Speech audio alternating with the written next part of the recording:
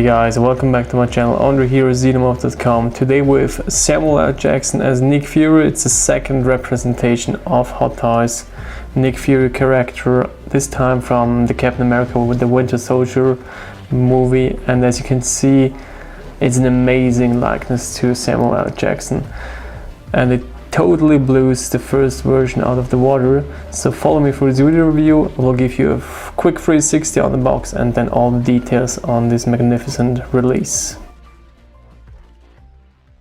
Quick 360 on the box. As you can see, it's the MMS315 already, Captain America Winter Soldier, and then a standard box basically with a nice image of Samuel L. Jackson on the front side.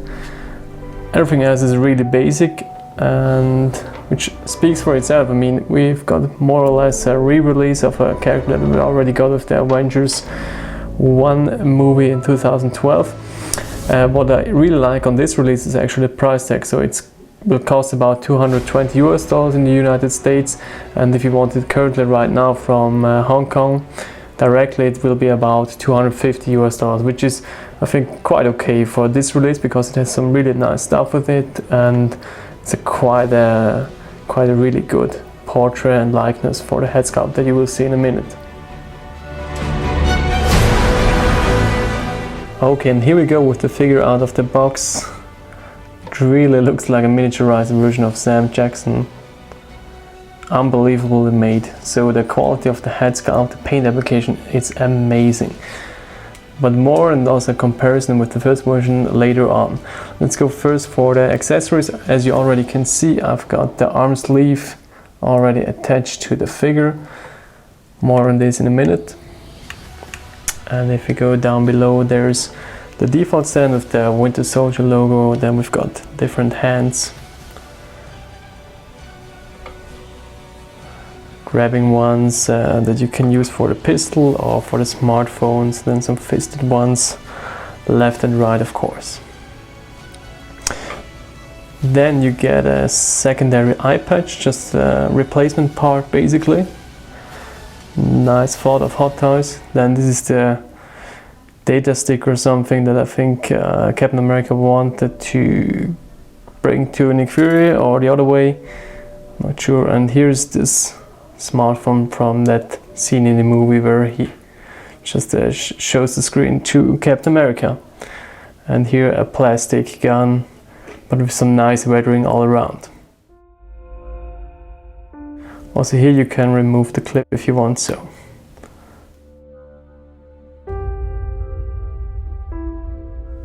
Okay, let's get back to the actual portrait. They have some nice detailed close-up on this magnificent paint application. And now let's just remove the eye patch. It's basically just this time a fabric plastic combination part. And here we've got the unwheeled damaged eye. Nicely painted, nicely sculpted into the head sculpt. Really, really nice. Also the shape of his actual bald head is pretty good now. I think that was the most discussed point on the first release because it looked really like a light bulb head. And this time they, I think, got it almost perfect. For me it's really about 95% Sam Jackson here. Okay, then let's show you the other magnificent part of this figure, which is the coat. The coat is actually wired, so you have got quite a big wire going through the lower part here. You actually can do a lot of different posing. Let's do a quick close-up on this magnificent coat. As you can see here, there are some sleeves all around, magnificently tailored, some highlighted areas, some more flat ones, and on the left sleeve you actually got a magnetic button below the fabric, which connects or allows to attach the loose arm to the actual coat. So that's also a nice thought. And then again, the wire which allows for magnificent posing. So a really cool part. So for arm sleeve, as you can see, it's basically just connected with this buckle here, just trying to remove it.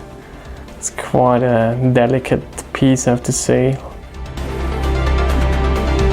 something like this. And then you just can pull the arm out, well,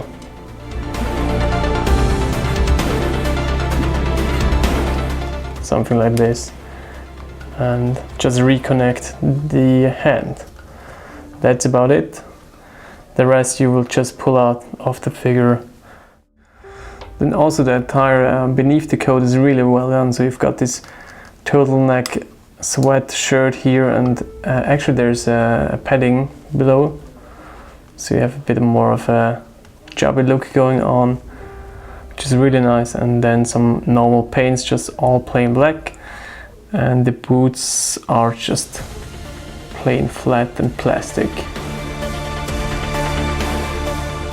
Alright, and here we go with an action pose. As you can see, you just use the stand, do a bit of action with the wired coat, and then give Nick Fury the pistol and his eye patch, and there we go. So it's a rock solid action pose, and that's really what I love. It's just basic releases somehow, but they don't need something really special to look cool. It's just in their natural DNA to look cool somehow. What I want to point out is that actually you shouldn't put the eye patch on for a long duration of time, but it's a bit weird because the eye patch comes attached onto the head sculpt right inside the box. So I can't imagine what happens when the figure is in the box for like months or even years, if somehow some residue of paint or glue can somehow apply to the head sculpt. We've seen that with some other releases. Most of the time it wasn't for Hot Toys releases, but I think it could also happen there. So this is a bit weird. I mean, they can't tell you something in the manual and instructions and then do them factory wise and apply it onto the head sculpt.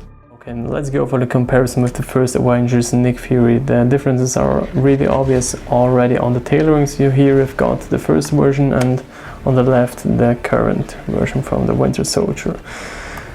The attire is really dark on both figures, as you can see, but there are really some major differences where you've got the turtleneck and more or less civilian look going on the left side. Here you've got this army style vest, and everything else is a bit more heavier looking.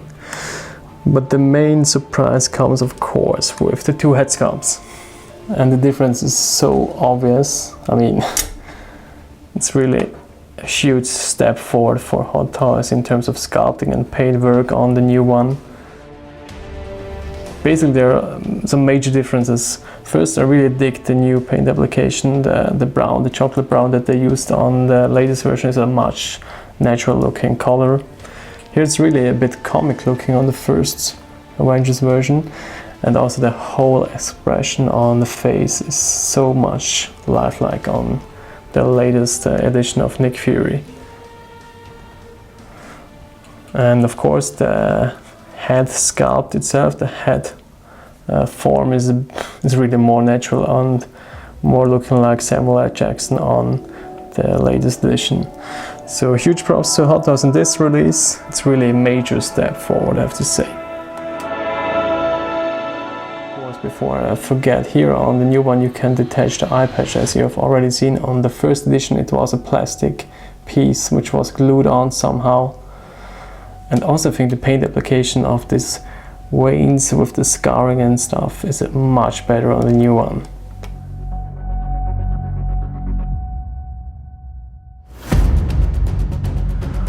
Alright my friends, that's about it for this video review already of Nick Fury. I hope you enjoyed it. As you can see here, one last pose with Nick Fury standing there, the smartphone out and directly communicating with the Avengers or Captain America.